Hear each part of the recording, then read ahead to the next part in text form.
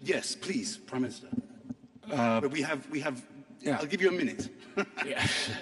to solve the world's health. There's no doubt challenges. that King Salman Foundation is doing a terrific job and providing all sort of help to suffering humanity. And my deep appreciation to my brother and, of course, His Majesty, who's this is a wonderful job being done.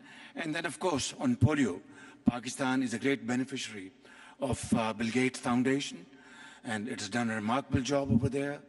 Of course, 50 million vaccines every year, and I think if I did not acknowledge Bill Gates' generosity here, I think I will not be fair to myself and fair to him.